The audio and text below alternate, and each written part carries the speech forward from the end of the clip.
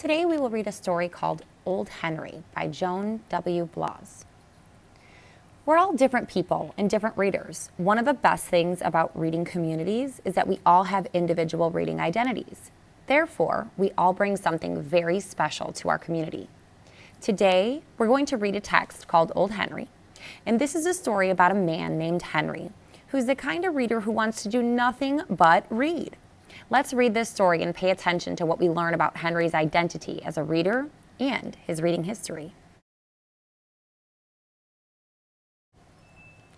As we read today, we're going to continue to discuss and think about our reading. We're going to stop and jot, just like in our last lesson when we read the Hard Times jar. What stop and jot means is to write down a quick thought or idea. One way to think of this is to start your sentences with an I think or an I wonder statement.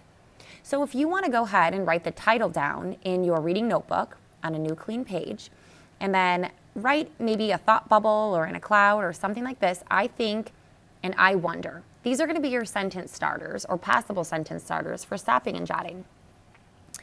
We can complete the phrase with something we think or wonder about the characters, the setting, or other details on the text. Every few pages, I'm going to stop to allow you an opportunity to think and then share back to me some of your ideas about the reading. Watch and listen as I show you what I mean. Let's get started. Old Henry by Joan W. Blas, illustrated by Stephen Gamble. For Marjorie and Ray. The story begins when a stranger appears and moves into a house that was vacant for years.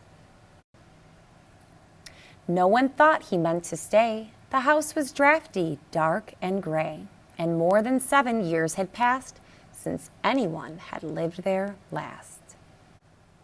I'm going to stop and jot here because I think that whoever this stranger is, he must be pretty brave to suddenly move into a house that had been vacant for 7 years. Here's my note that I quickly jot down. This could be a good time to pause to jot your note down.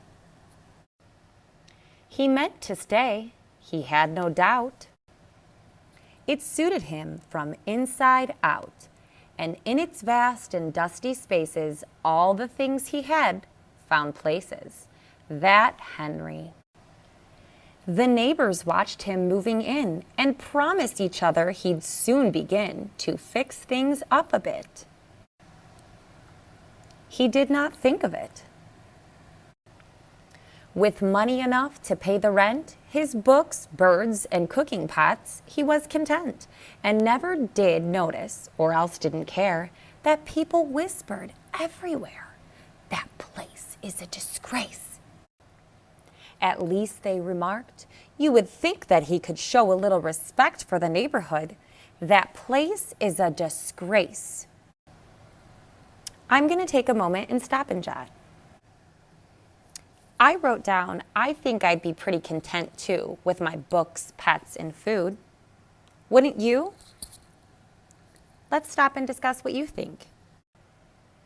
At last they decided to form a committee and went to him saying, "We are proud of our city. If you'd only help out, think how good it would look."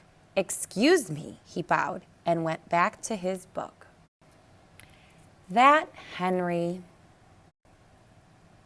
I'm going to take a moment and stop and jot here because I think it's funny that Henry does not care what his neighbors think.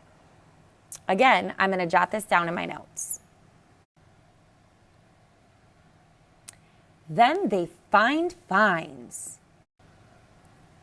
They threatened jail. They wrote him long letters and sent them by mail. Dear Henry.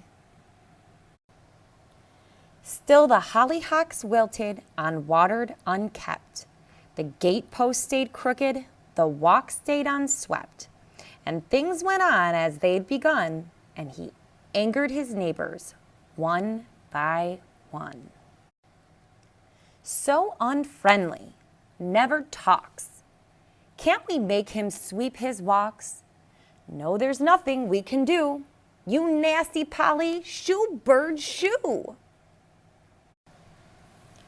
On a day in November, they sought the advice of the mayor who suggested being nice. Being nice? Please, try it twice. But when two of the ladies baked him a pie, he said, "I'm not hungry, no thank you, goodbye." I think this is a great place to stop and jot my thinking. I wonder why Henry turns down the pie. That's what I wondered. What do you think? And when 3 of the men said they'd shovel his snow, he quickly said, "No, we told you so." Now I added to my notes, I wonder why he didn't let him help shovel.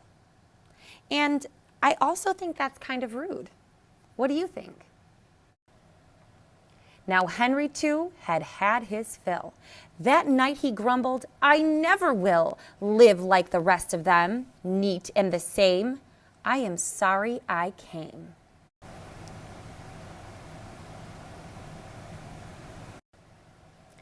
Then he packed some things in shopping bags and tied the rest in 3 old rags. He didn't make plans, he just left a short note, a hastily written, "Gone to Dakota." He taped it to the big front door. And no one lived there anymore.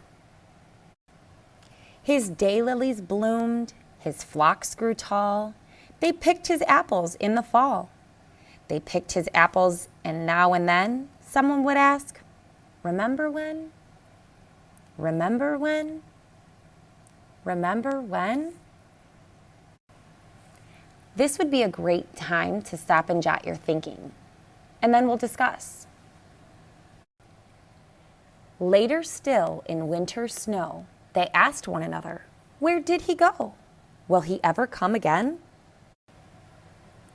His house looks so empty, so dark in the night, and having him gone doesn't make us more right. That Henry. Maybe some other time we'd get along, not thinking that somebody has to be wrong. And we don't have to make such a terrible fuss because everyone isn't exactly like us. Meanwhile, old Henry, to his great surprise, was missing the neighbors who'd brought him the pies. In spite of their nagging, he really did care for them and their street, so he wrote to the mayor.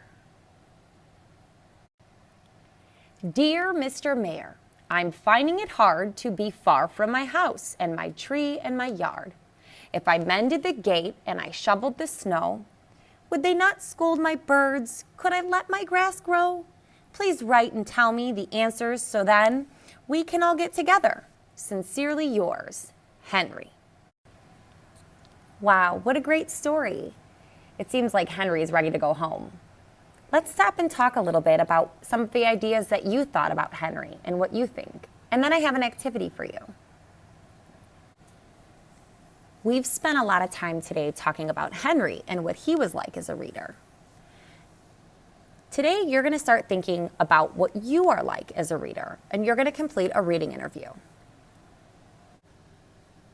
You should find this page in your school-wide launch reading notebook that was sent home in your supply bag. If you don't have this, you can also use a digital copy.